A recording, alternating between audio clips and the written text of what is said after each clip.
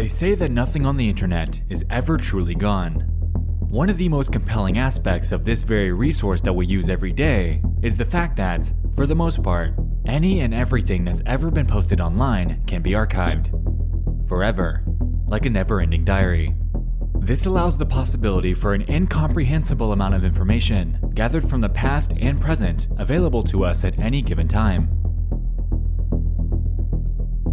Over on Reddit, a lot of strange, disturbing, and even depressing things have played out over the years, leaving us with tons of stories and events to dig through.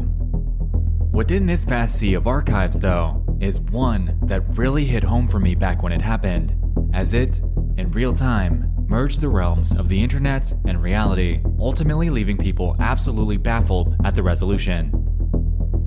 Get ready, because tonight we're going to head back in time to 2016 to explore the incredibly bizarre and heartbreaking story of a Redditor by the name of jasoninhell.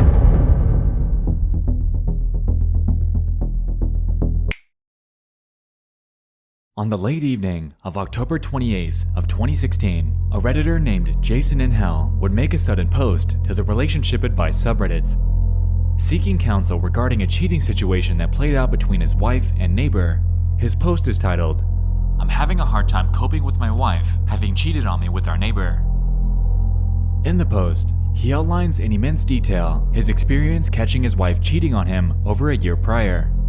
At the time, though, little did everyone know that this would be the spearhead of the absolute turmoil that he and his family would soon begin to endure. So, quick side note before we move on. I did a story narration back in my Redditor Escapes the Cult video, and you guys seemed to like it. For this one, we're going to lay things out largely the same way. We'll go through Jason's full story before diving into the aftermath of how things turned out. The original post is about an 8-minute read, so if you'd like to grab a snack or drink before we get into it, now would be the time.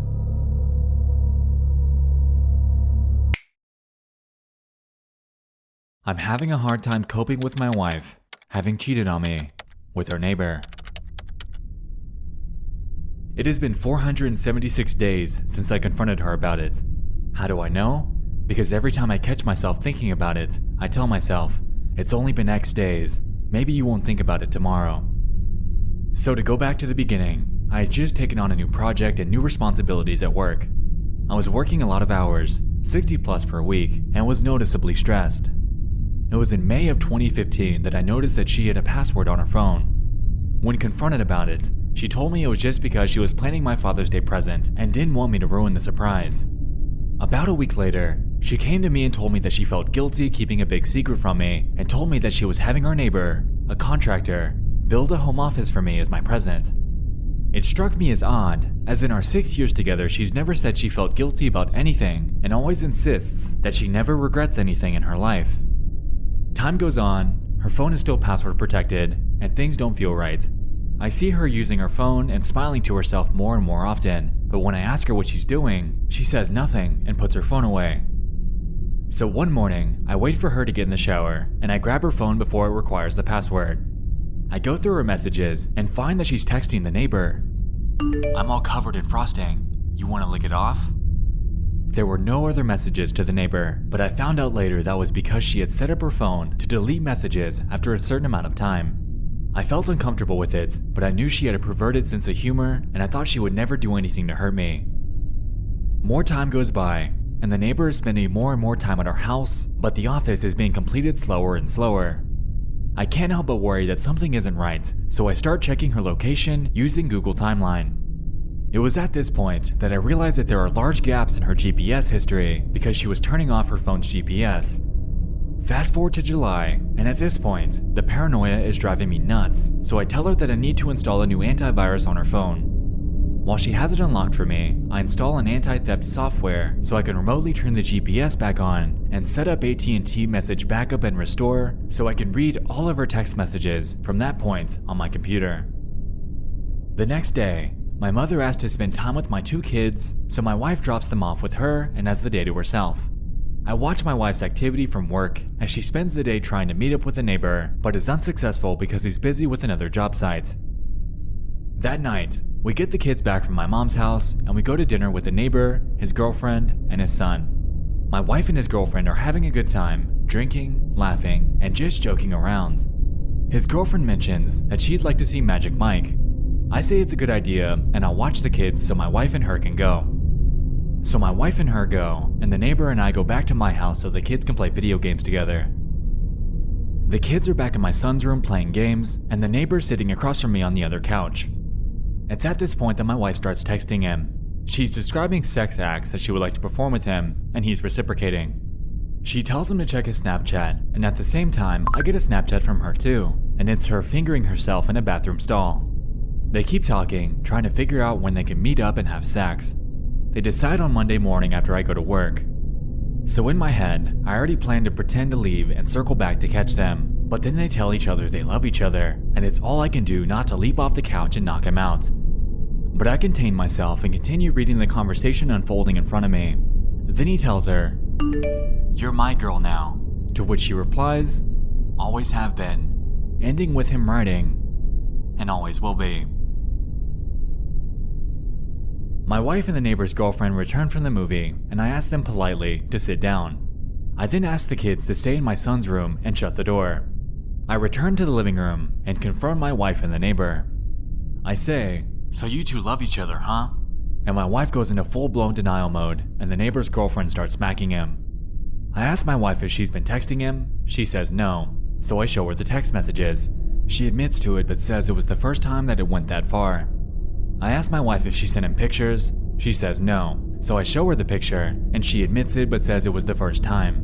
I ask her if she's having sex with him, and she says no. Because I didn't want to catch them having sex together, I didn't have evidence to prove her wrong, so that one stayed unresolved. I tell her that I'm leaving her, and she tells me that she'll make sure that I never see my kids again if I do. She planned on using the fact that I had attempted suicide in high school to prove me unfit to have children. She continues to say that it was my fault for being so busy with work and stressed out that she just wanted someone she could talk to. Then she gives me an ultimatum to decide what I'm going to do, or she'll decide for me. The neighbor's girlfriend starts defending the two of them, saying that it couldn't have been that serious if they weren't having sex, and that my wife and I are too perfect together to let this break us up. The neighbors go home, and my wife and I argue for the rest of the night about what we're going to do. We go to bed separately, having not resolved anything. We keep going back and forth on the subject all weekend, and finally settle on we were going to separate temporarily while we figure out what we want. I was going to stay in the house, and she was going to take the kids and go to her mom's house. That Monday I go to work, and I get a text from her in the middle of a meeting with my bosses, stating that she had explained things to our kids, but they were upset, and I needed to explain things to them also. I get home from work to find my kids crying. She had told them that mommy had to move out because dad was mad at her. When my son wanted to stay with me, she told him that he can't. My son put it together that if mommy has to move out because I'm mad at her, and he must move out, then I must have been mad at him too. My daughter was crying because my son was, but I don't think that she was old enough to understand what was happening. It was at this moment I realized that she was going to drag the kids through hell if I left her, so I swallowed my feelings and begged her to stay. She agreed and insisted that I apologize to our neighbor since we were still going to need to hang out with him because our sons are good friends. I hate it, but I do it anyway. We still hang out with them from time to time, and they come to our various birthday and holiday parties, but I'd do anything for my kids, and I behave civil every time. Things die down for a while. I still think about it constantly. I worry how I can keep from making her so unhappy that she cheats on me again. Then, almost a year after the original incident, around Father's Day again, she sends him pictures again. She claims that it was an accident and that she meant to send them to me instead. I don't fully believe her, but I move on anyway. Things have been quiet on that front for about 4 months now, but I still think about it constantly. This is going to sound stupid, but I feel like I have a part of my brain that I can't shut off, that's always thinking. I used to use that to solve programming problems, and it made me very good at my job, but ever since this incident, the only thing it thinks about is her and him, and if I did the right thing.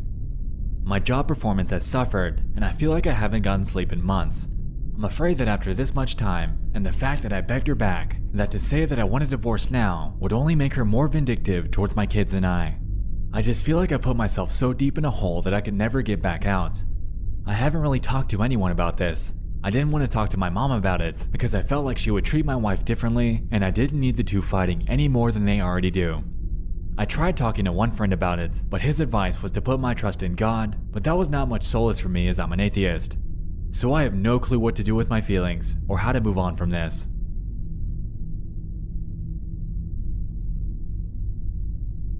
In response to Jason, users chimed in with a mixed bag of emotions. To get the full picture on all the flack that he was getting for this, here are a few examples. I cannot believe you stayed with her. I cannot believe you begged her to stay. I cannot believe you apologized to your neighbor. Smack the shit out of that old man. Go to an attorney and talk about ways to get custody of your kids. Your wife's a twat. Staying in a marriage for the sake of the kids never works out. She obviously was sleeping with him and then got you to apologize to him. She denied it all. She will put you through the ringer when you divorce her, but you should do it. Chances are, now she has a second phone and an email address to talk to him. Your wife is vicious and toxic, and you have to decide if you divorce her now or when your kids have moved out. The sooner the better. So this all would be a lot for anyone to handle. Taking some of the serious, grounded advice that a few people had thrown in there was pivotal for him to begin moving on from this. And so we did. 4 nights later, on November 1st, Jason would return to the relationship advice subreddit and make a follow-up post. Being titled, "I'm taking your advice," he explains his next move. Instead of trying to fix something that she doesn't want to fix, I'm going to get myself and my kids out. I meet with an attorney next week. Thank you everyone for helping me see how far I had my head up my ass. In response to this one, Reddit wished him luck in his endeavors, reinforcing the idea that he's making the right move. But then something strange would happen. Going through the comments a bit deeper reveals something a little odd. Like we said, yes, people were commending him on his decision, but about a week later, people began jumping back into the post, linking a news article that seemed to align with this situation with striking accuracy. Good evening, I'm Jeff Smith. Thanks for joining us. 2 Montgomery County children are dead tonight. Their mother, 30-year-old Brandy Worley, says she is responsible for their deaths. News 18's Krista Henry joins us live from the Montgomery County Courthouse tonight with more on this developing story. Krista? Well, Jeff, this morning when I asked Sheriff Mark Castile if Worley showed any kind of remorse, he answered with no, and then went on to say, quote, she, in fact, acted very matter-of-fact.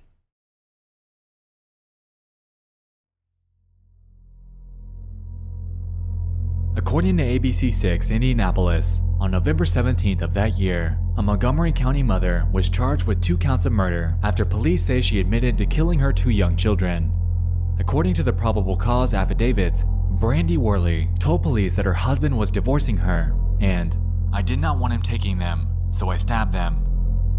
The children's father, Jason Worley, was sleeping in the basement at the time of the crime.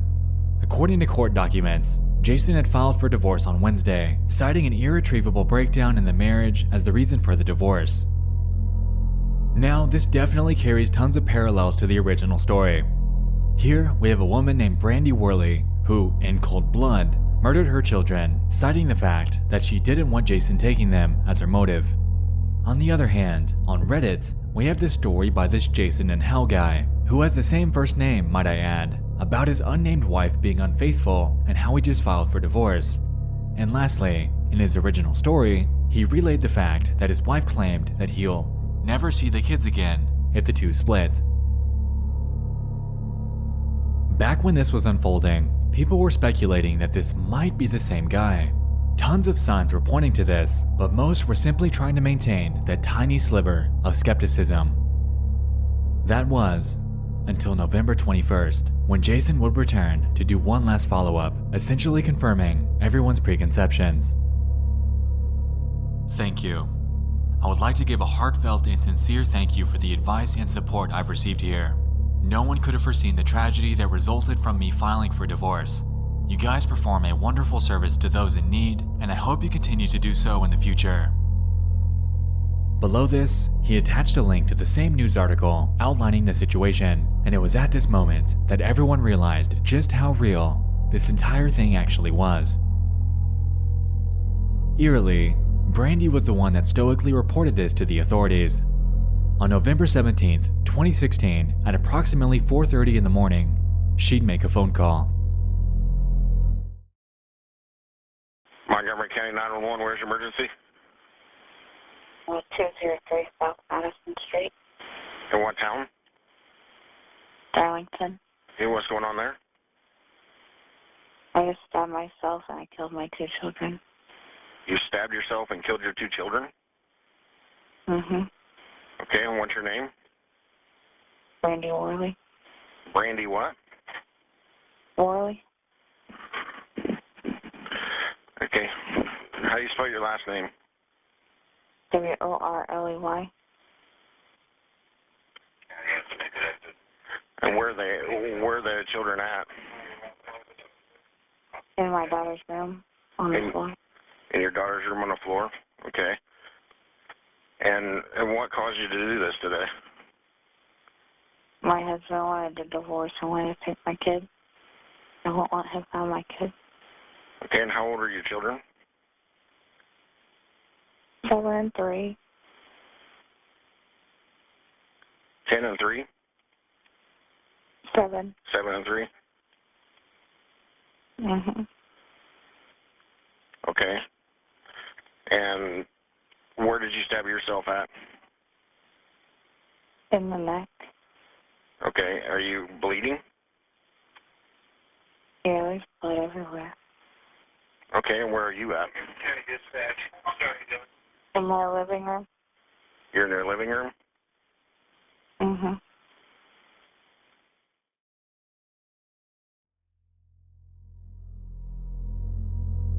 According to court documents, the 2 children, Tyler and Charlie Worley, were stabbed, resulting in deep lacerations on both of their necks.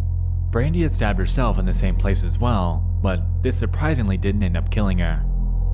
Shortly after this, Brandy was treated at the hospital for her stab wound, and about a week later was admitted to jail, where she sat for 476 days up until her final sentencing. In 2018, she was convicted of 2 counts of murder, totaling at 120 years in prison.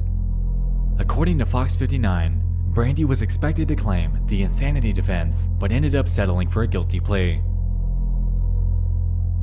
She appeared to be just as unremorseful as she did in the 911 call.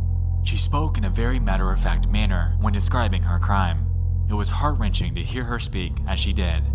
All I want, and have ever wanted, was to have her out of sight and mind so I could move forward from this horror.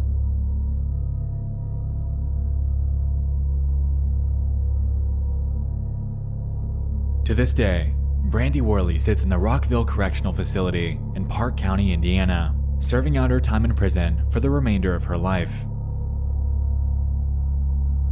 As for Jason, he's made a return to Reddit under the nickname Jason in Code, giving everyone a much requested update on how he's coping. Here, he claims that it's been incredibly far from easy, and at times he's considered taking his own life due to the anguish caused by the passing of his beloved children. Regarding the sentencing, he believes that Brandy shouldn't have gotten the death sentence because that's what she would have wanted, and after 9 years of giving her exactly that, he wanted to avoid it in any way he could. Overall, though, Jason mostly claims that he's doing better, and becomes more so with each passing day.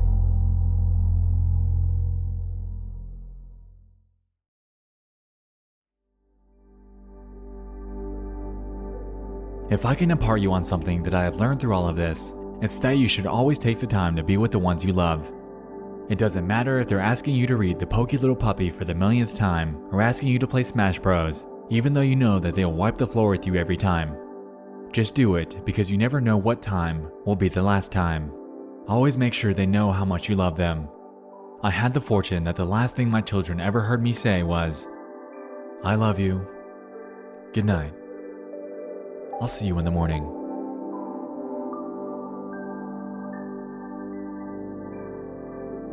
Thanks so much for watching. I'll see you in the next one. I love you all, and good night.